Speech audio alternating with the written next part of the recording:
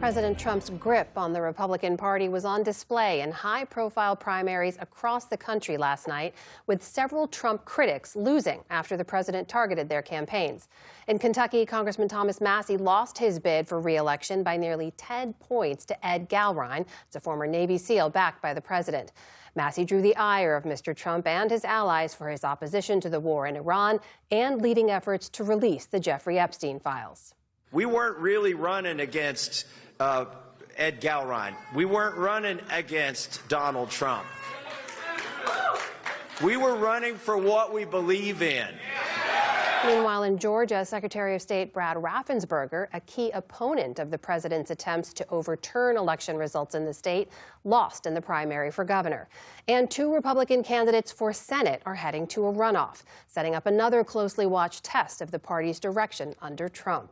Joining me now to discuss last night's results is Melik Abdul. He's a Republican strategist and media consultant. He served as a Black Americans for Trump coalition leader during the president's 2024 campaign, and he started his career in congressional affairs during the George W. Bush administration. Welcome. Thanks for being here. Thanks for having me. Let's start in Kentucky. Thomas Massie's primary lost there after President Trump called him yesterday the worst congressman in the history of our country.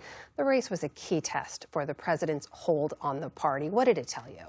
Well, it was a big question because what happened in Indiana was a bit different than what happened in Louisiana with Cassidy. Cassidy always had the vote for impeachment hanging over his head. So we were really looking to see whether or not you have a race where Thomas Massie is extremely popular. What would that mean? And it's hard to now not argue that Donald Trump has complete control over the political apparatus of the Republican Party. The question is, what does that mean for midterms when Republicans actually need independents to vote for them? The question also is what happens in Texas, right? We talked a little bit about the president now endorsing the attorney general there. That's Ken Paxton.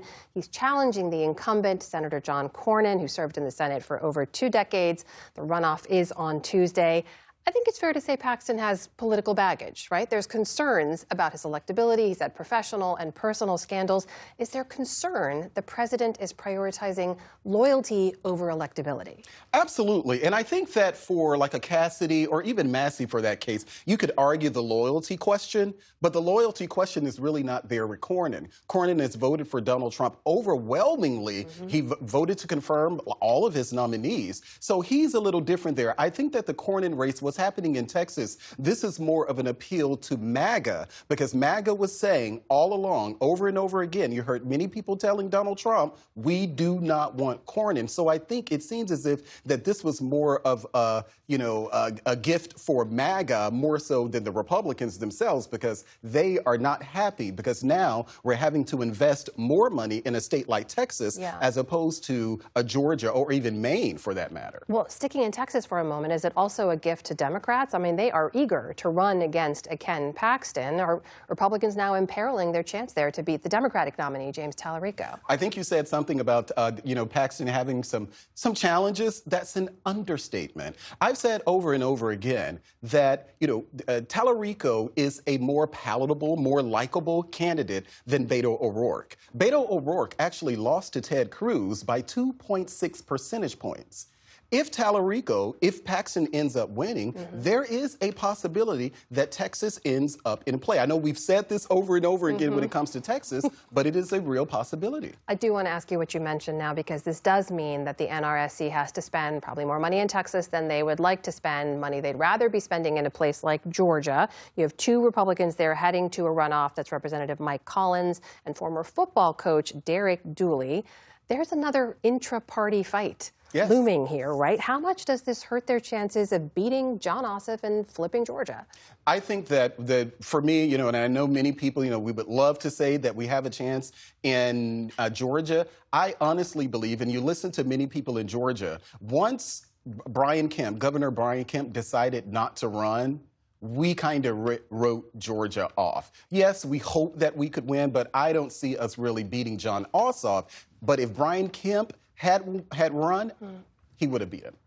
You talked a little bit about Senator Bill Cassidy from Louisiana, lost in his primary this weekend. This is a man who voted to convict President Trump in his impeachment trial back in 2021, then spent years, it seems like, trying to get back into Trump's good graces.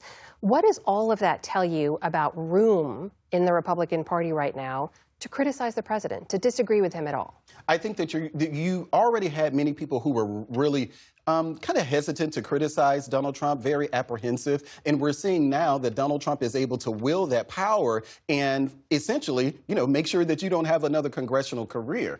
I think that we should wait to see what happens after midterms. If, past this prologue and we end up losing, Republicans end up losing the House, you may see more Republicans start to buck Donald Trump because, for one, he will be a lame duck president at that point. So you may see more if we end up losing the midterms. I think that if we don't, though, you will see party line loyalty for Donald Trump, with the exception of our senators like Cassidy and others who are leaving the Senate. And we saw what happened with that Iran vote where Cassidy flipped over. He did. He switched his vote on the Iran War Powers Act. That's also not dissimilar to what we saw from Senator Tom Tillis, right? After announcing his retirement, has become more outspoken. So I hear you saying, basically, until we know what happens in the midterms, the only people who are going to speak out against the president from within his own party are people on their way out of the party. Is that right? That's a very fair assessment. And we've seen what Donald Trump has been able to do with pouring money into the races, even in the Indiana race. That was a state-level race.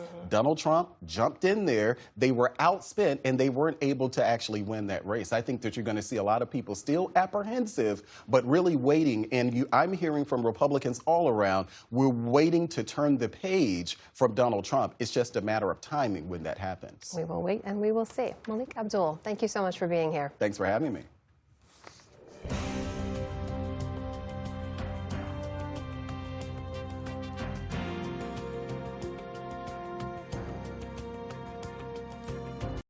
Support journalism you trust. Support PBS News.